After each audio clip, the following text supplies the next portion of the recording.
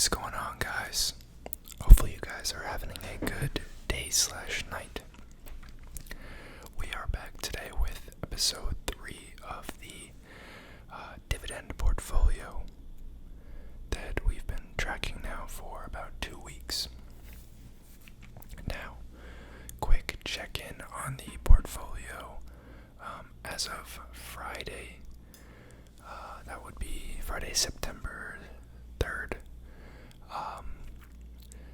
Armada Hoffler Properties, which was, I believe, our second buy, was up 1.11% on Friday. We're up 4.76% on it overall. CHCT, Community Healthcare Trust, which was, I believe, our third purchase, was down 0.73% on Friday, but we are up 3.56% on it. ADC was down 0.37% on Friday. That's Agree Realty. That was our first purchase in this account. But we are up 1.82% on that. So, overall, we are up 3.37% in only 2 weeks, which is, pretty good actually. It could easily reverse, but as of right now, we're up $2 in the account.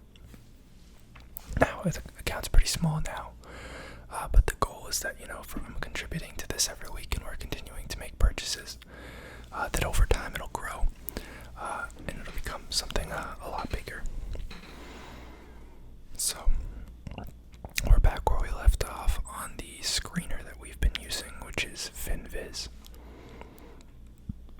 You can see CHCT right here, which was our last purchase. I'm going to stay away from the closed-end funds and the mortgage REITs, as we talked about last time. CHSCP. So this week we're hoping to pick a fourth pick. This is looking like a preferred stock of a different company. I just want normal shares. Closed end. Credit Suisse, Income Fund, Mortgage REIT, Office REIT, CIX.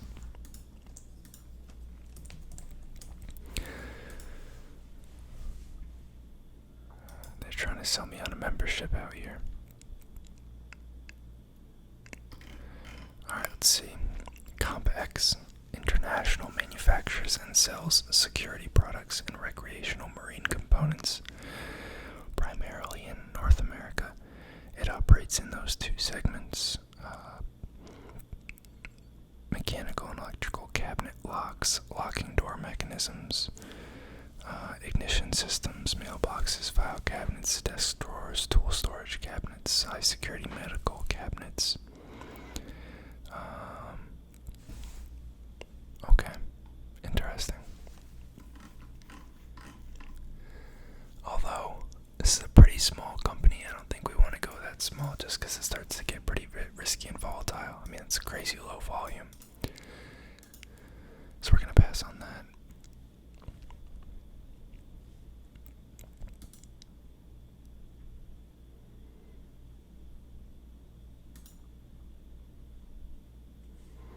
Maybe I'll change it to that so we filter out some of the really tiny ones.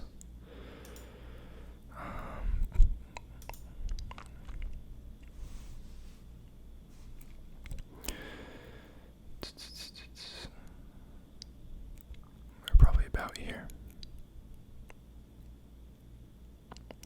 Got a regional bank, COLB.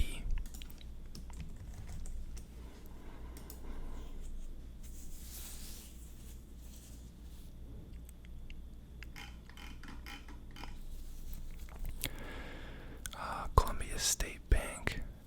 I guess this is headquartered in Washington, Washington State. Banking services to small to medium-sized businesses, professionals, and individuals in Washington, Oregon, Idaho. Interesting.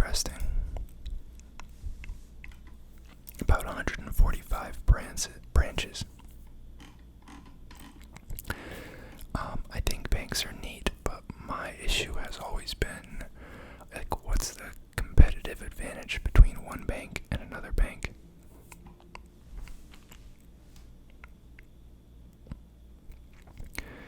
Core Site Realty. I do have this one in my other account. I'm a pretty big fan of this stock. I'm actually, I guess it is only $7.5 billion market cap. So, this is a data center company. Provides secure, reliable, high-performance data center, cloud access, and interconnection solutions across 8 key North American markets. About 1,375 customers.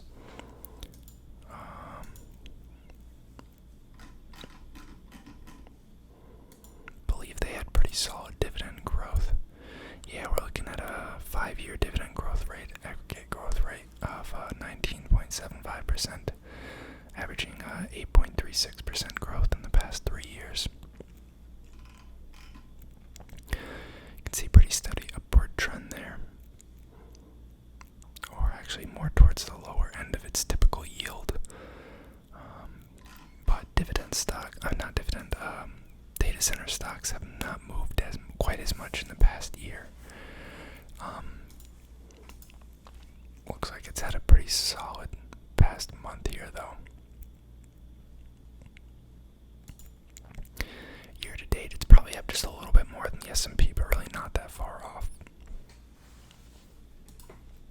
We can pull up their investor site here.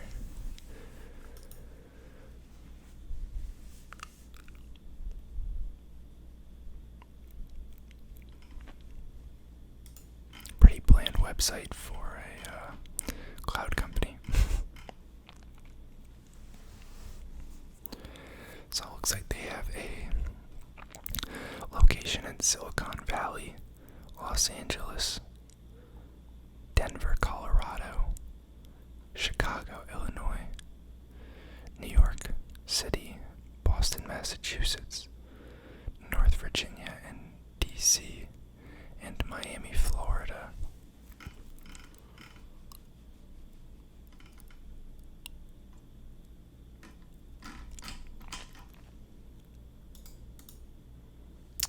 Whoops.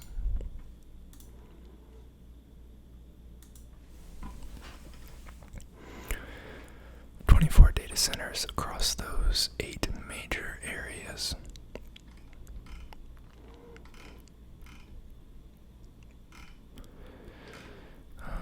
Looks like they have partnerships, or at least connection capabilities, to Google Cloud, AWS, I forget what Microsoft Azure, I believe is what they would call theirs. I'm not sure what this bottom icon is. That looks like the Oracle symbol. Let's hop over to the investors site.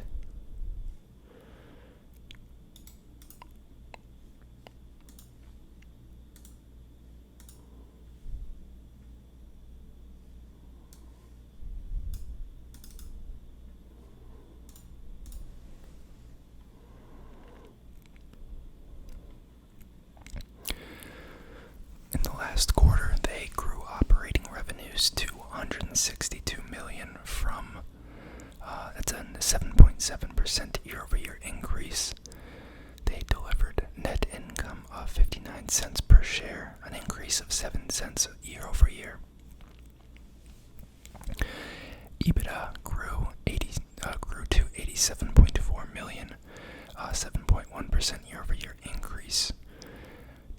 Funds from operation adjusted came in at $1.42 per share, an increase of 7 cents or 5.2% year-over-year. And they paid a dividend this past year of $1.27 per share, up 3.25% over the prior quarter. So you can see that dividend is decently covered, but they're definitely paying out a considerable portion of their FFO, which is expected REITs due to the payout requirements that go along with their taxation agreement. They signed 133 new leases. That equates to 59,174 net rentable square feet, or about $8.4 million worth of annualized GAAP rent for an average rate of $142 per NRSF. Renewed 330 leases, which represents $20.4 million of annualized GAAP rent for an average rate of $149 per NRSF. Renewed leases reflecting an increase of 4.2% in cash rent and 7.1% in GAAP rent, with a churn of 1.3%. Pretty low turnover then.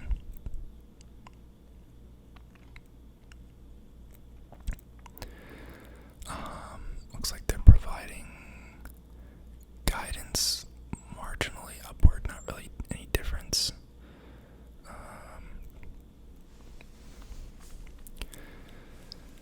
Some sales speech.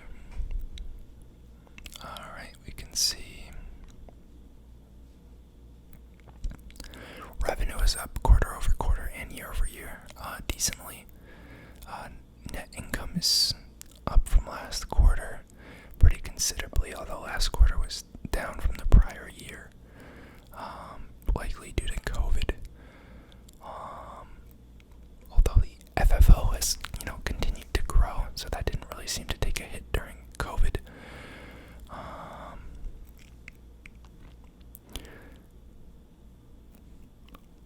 Their AFFO payout ratio came in at 96.9%, which is, pretty high. But then again, most of these clients are on pretty long-term leases, so once the buildings are up and running, not much left to do. And then I'm guessing that these guys are funding most of their, ongoing operations from issuance of new shares rather than cash from operations. It's probably a good time to say none of this is financial advice. Do your own research. This is kind of just for entertainment and what I'm doing. They have 25 data center properties, about 2.6 million square feet, about 2.3 million of which is rented. So that represents a 87.3% lease occupancy rate, which is, looks to be about flat from the past 4 quarters. Total enterprise value is up decently. Debt outstanding actually hasn't increased too much. Their land value has increased. I guess that's in thousands, so these are probably hundreds of millions. So that's probably 109 million, and that's up from 104 million in 6 months ago, I guess. Buildings on top of that represent 2.3 billion, which is up slightly. Construction in progress represents about 365 million. That's pretty big, actually. So it's good they're investing going forward. Only about 2.8 million in cash, which is down about half from 6 months ago. Some goodwill. It's probably some sort of IP. And I'm not sure what other assets would be, but looks like total assets is actually slightly down, but it's not a huge deal because revenues and AFFO has grown.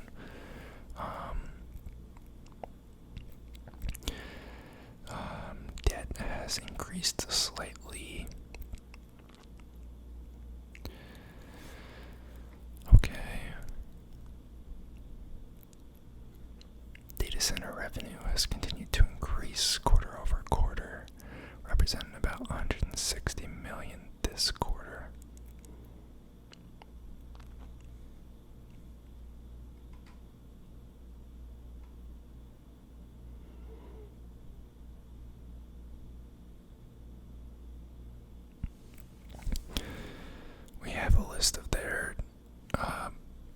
portfolio by location, we can see that the San Francisco Bay Area brings in the most annualized rent, about $109 million. We have Los Angeles. Los Angeles about $95 million. Northern Virginia $62 million. New York $24 million. Chicago $16 million. Boston $15 million. Denver $6 million. Miami $1.8 million. And then their 10 largest customers here, although it sounds like they keep it mostly anonymous. They have a cloud customer at their number one that is present in 10 locations and represents 12.3% of their total annualized rent. Next up is Enterprise, some sort of enterprise company that makes digital content, which makes up 7% of their annualized rent. And another two cloud partners that make up 5.9 and 4.1% respectively. So these 10 customers alone account for about 40.05% of their annualized rent.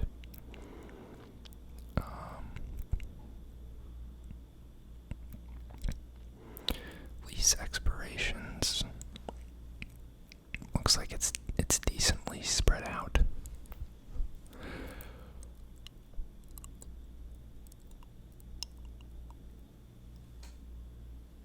I'd be curious what their average lease length is.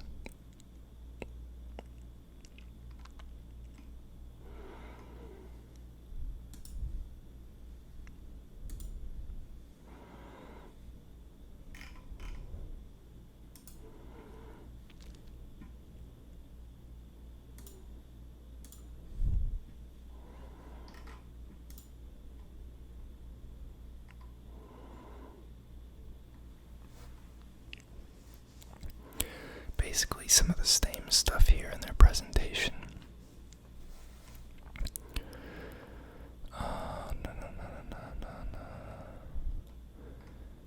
Don't think there's anything new here so far. Yeah, mostly the same stuff. This company looks like a pretty solid pick. I think I'm going to go ahead and jot down a note and we'll add them on I guess Tuesday, because Monday is a holiday, so the markets will be closed.